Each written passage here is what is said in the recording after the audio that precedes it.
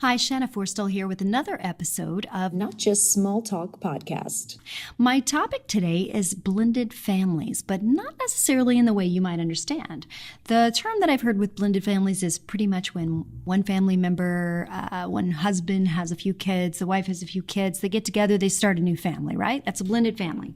But the kind of family I wanted to talk about today is a continuation of our last episode where we talked about the faith taste test. That's a tongue twister. Don't try to say that more than once. But I wanted to continue on with that and talk about how a blended family, a family of different faiths, could find appreciation for each other, could find love and respect and shared values maybe in the middle of a faith, what could have been a crisis. My guest today is Ray. I'll let her give you her whole official name because it's a little difficult for me to say. Ray is the director of the Women's City Club here in Pasadena, which is where I record the show every week. And she's just a beautiful soul. She's one of the kindest, most empathetic people I've ever met. She's someone whose passion for community, all of the things that matter, just stand out. Her soul is lovely. It just glows. And she's been a friend to me since I came to Pasadena. And makes me feel very welcome here at the Women's City Club.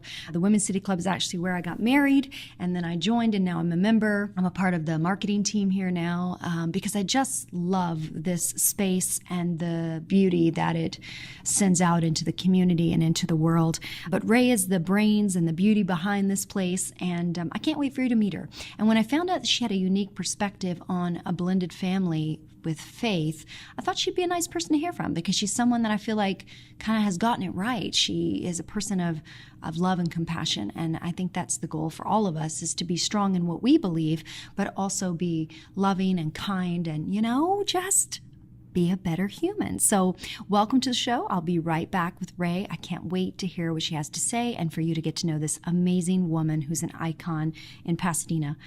I'll be right back.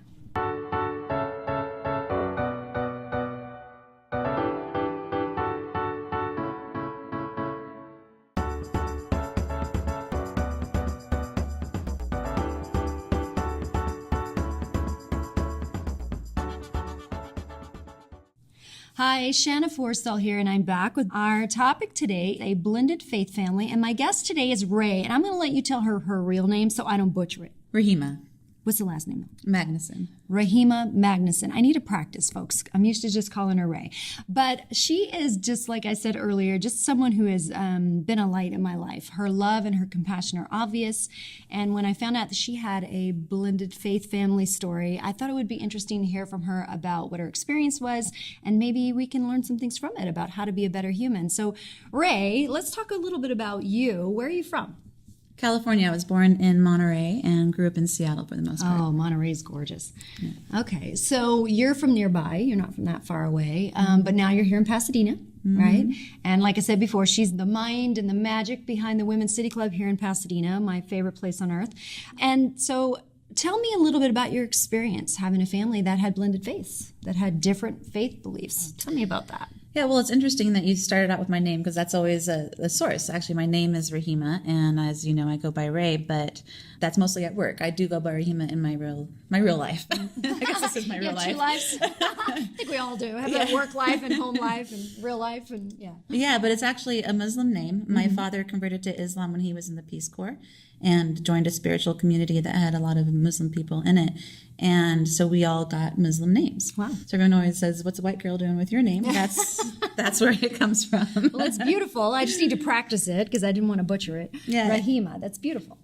And in the Muslim prayer, it's very similar to the Christian prayer in that it says, God is great. So it starts with God is great, Bismillah Rahman Rahim. And Rahim is the compassionate side of God, the feminine side of God. So my name means compassion. Ah.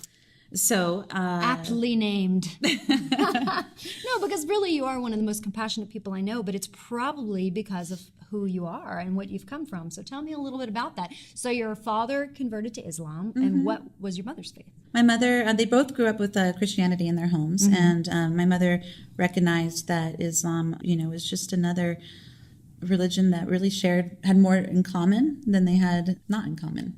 Right. The three main monotheistic faiths, Christianity, Islam, and Judaism, are all so much more similar than they think they are. Unfortunately, the fact that we have wars for so many years over these things is mind-blowing. Yeah. So growing up in a interfaith home taught me that, that To look for the similarities? that there is one God and there is an unknown, and that's why it's faith, and we'll never really have the answers. And so you have to go by what is in your heart and let God speak to you in that way. And having parents that were in two faiths that could traditionally be very opposed to one another, they obviously found a way to respect and love each other and allow space for each other to be who they were and to believe what it is that they believe. How did that play out in daily life with your parents?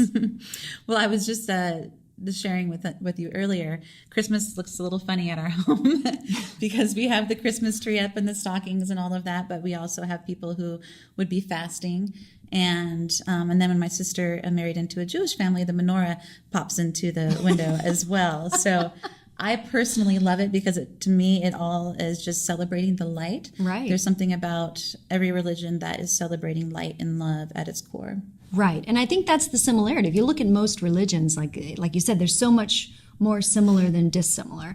And so many of the basic tenets of the faith are all the same. It's like, can we just love each other? Because that's a really good religion. Just be nice. Start there.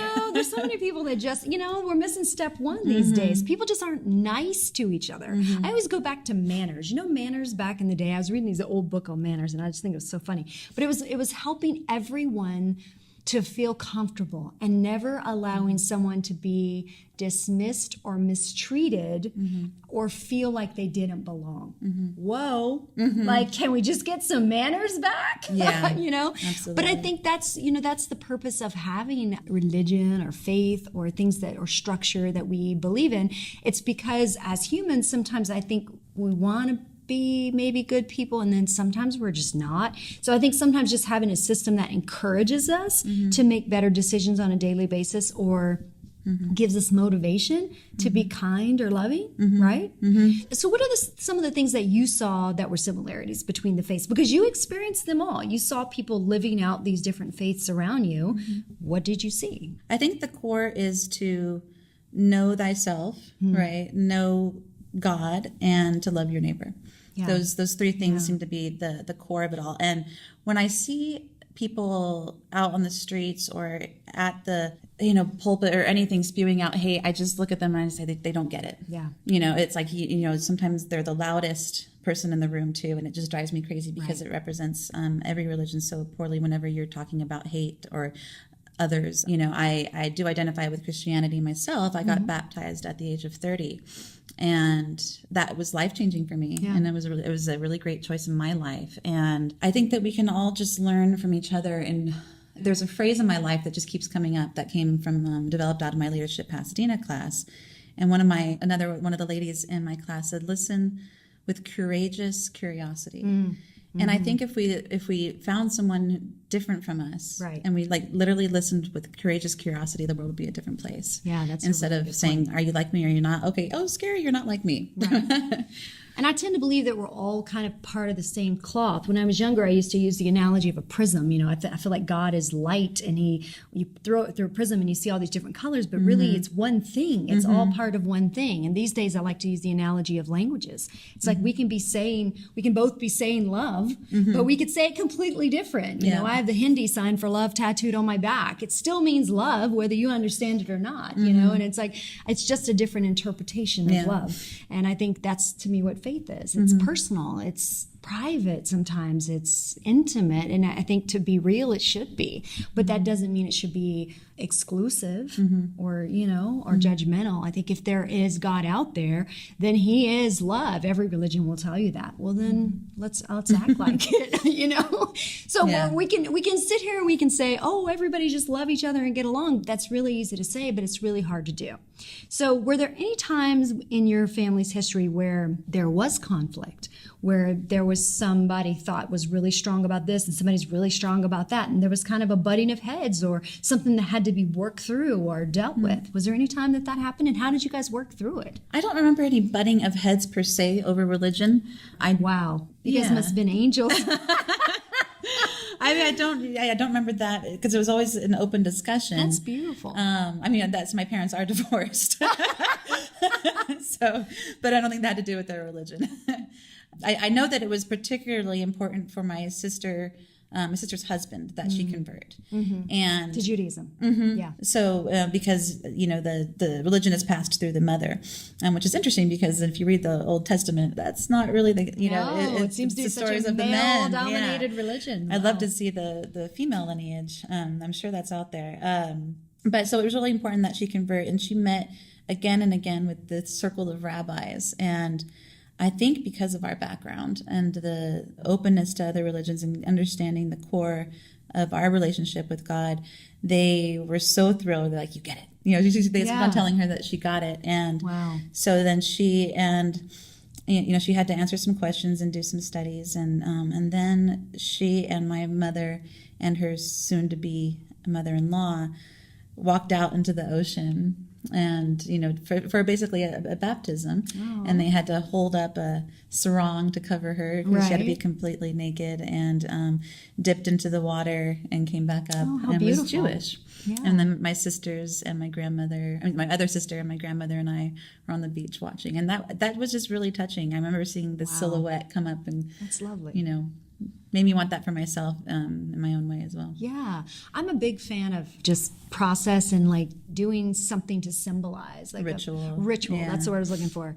Apparently I haven't eaten enough lunch today.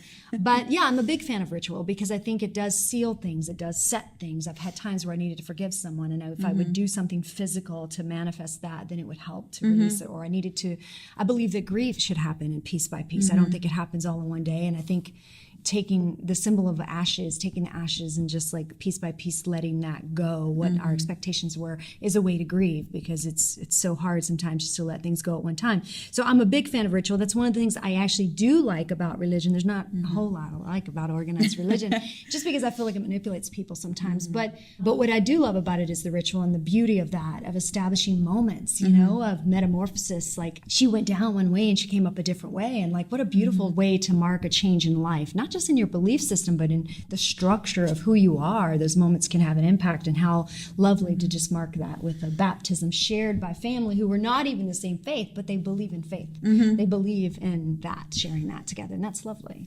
Yeah, before I got baptized, I met with my pastor quite a few times. I thought, I've got a lot of questions. And we're not doing this until I get them all answered. And one of the beautiful things that he said was just to simply say, I don't know. And the fact that he said he didn't know really made me trust him more. He said, I don't have all the answers. Some of this is just, you're not going to know. And your faith isn't about knowing all the answers. It's about a different kind of knowing. And he said, the baptism is, I love ritual. I think we need more of it today. And he said the baptism is just an outward expression of an inward transformation. And I think whether that's, a bar mitzvah or a quinceanera or a wedding or a baptism, those rituals are so important in our life to recognize different steps that we take. Yeah. No, that's beautiful. Now, if someone is maybe thinking about, I don't know, being friends with someone who's really different than them, or even dating someone of a different faith, or being nice to your neighbors since they don't happen to actually go to the same church. If someone's thinking about kind of, stepping out a little bit outside their comfort zone. Like I know I have family members who are of one faith, and they tend to surround themselves with people of the same faith because they're comfortable there. And I don't personally think that's a good idea. So if we decide to step out of our comfort zone and we decide to be around a scary Jewish person or a scary Islam or a scary Christian, what do you recommend? What do you think is a way to kind of approach that with a positive mindset? I think it goes back to the listening to each other, asking follow-up questions, not filling in the blanks. But I think one thing that is a common language through every culture is laughter, and finding moments where you can laugh together, I think is really beautiful too. And to just listen, again, with courageous curiosity, and to do it, to go be uncomfortable, because it's just boring if you're with this. If you imagine a room full of yourself, that would be terribly boring. Right. A little bit psychotic. And yet, it happens all the time. Can't figure out why America's a little crazy right now. No, but it's true. It's like the more we isolate ourselves, the more we don't listen, the more we don't ask questions, we tend to become so narrow-minded in our faith and in our lives and in our love. And that's just a waste. Oh, my goodness. I mean, I have friends literally. I love this couple. She's East Indian, and she practices the Jewish faith. and her husband is Hispanic. So he converted to Judaism when they got married, and they chose to practice Judaism in their home. But it cracks me up because he's literally said to me, like, I really don't believe in God, but I'm a strong practicer of the faith. And there are those. All right. But they a do, lot and they in that one, honor the faith, and they love it, and it's a very important part of their family structure. And we've gotten to participate in about mitzvah and some other things, and it's lovely. Like, they come together with so much respect and love, and it's just lovely. So I think that, faith is probably meant to serve us in a way. I think we created religion and structure to help us compartmentalize some things, some ways to maybe live a better way, or to have some guidelines to live by. So you could have some set of like rules or guidelines to say to your kid, hey, you should do this, be nice to people, or hey, don't do this, don't kill anybody. You know what I mean? Like, we needed some guidelines. But I think at the end of the day, it is a personal journey. And I think that, like you said, know yourself. Know God, and then love. I mean, that pretty much sums it up. If we could all just do that, just start with knowing yourself. What do I need out of faith? What is it to me? Who is it to me? And then ask each other those questions too, right? I think that's one of the best things we could do, is just like you said, ask questions and then listen. What does your faith mean to me? What do you love about Catholicism? What do you love about the Jewish faith? And then listen. Yeah. Well, and I think a lot of these conversations too can happen at a table. There's this whole art of conversation. And if for no other reason to get to know someone from a different faith, it's food. Right. Just invite someone. I know someone who's Jewish, and every year they throw, a party and invite everyone of different faiths to share the food and to share the stories. And it's always well received, Explore with your faith, explore with your palate. Right. And you won't be let down. No, I think that's applicable in so many parts of our lives. It's just to be open to exploration and not to assume we know everything. I mean, if you think about it, when you were a kid, you kind of thought you knew everything. And then you were a teenager and you're like, yeah, now I know everything. And then you're a 20-something and you're like, oh, yeah. Definitely know. Definitely. Now I know everything, right? 30s, 40s, I'm still saying that every decade. I'm not saying I know everything, but I'm realizing how much more I do know, which helps me to realize how much I don't know. And I think that's part of proper aging, is we start to realize, I know a little bit and I have some life experience, but there is so much I haven't experienced. Yeah, I think there's a wisdom in realizing how little you know. Yeah, and to be teachable for the rest of your life, to where we always ask questions, where we always try new things. And I think that's why travel is important, and just being around other people. And like you said, the dinner table is a great place to do that. There's something very powerful about sharing a meal with somebody. There's something that builds trust there, and just community. And I'm all about eating. So if any of you want to have me over for dinner, invite me, because I like to try food, and there's very little that I don't like. The only thing I can think of is liver. I don't like liver, but everything else I'm pretty much in. Thank you. All right, we're definitely going out for dinner. Yes. And I will invite some other ask people. you about your faith. Yes. No, Rahima, Ray, thank you for talking to me today. Like, literally, you're one of the people I've had to point in my life to someone who walks in empathy, compassion, love, and creativity all the time. That would be you. Aww. And you're someone that I highly respect and honor and love. And so thank you for giving me your time today. I hope everyone can love her as much as I do. Just use your imagination, and I'll post a picture. She's beautiful. And this woman, with her passion for everyone and everything, you are just a pixie. I'm lucky to have you in my life. I love you to pieces. Magic attracts magic. Thanks, everybody. Thank you for being here. And Rahima Magnuson.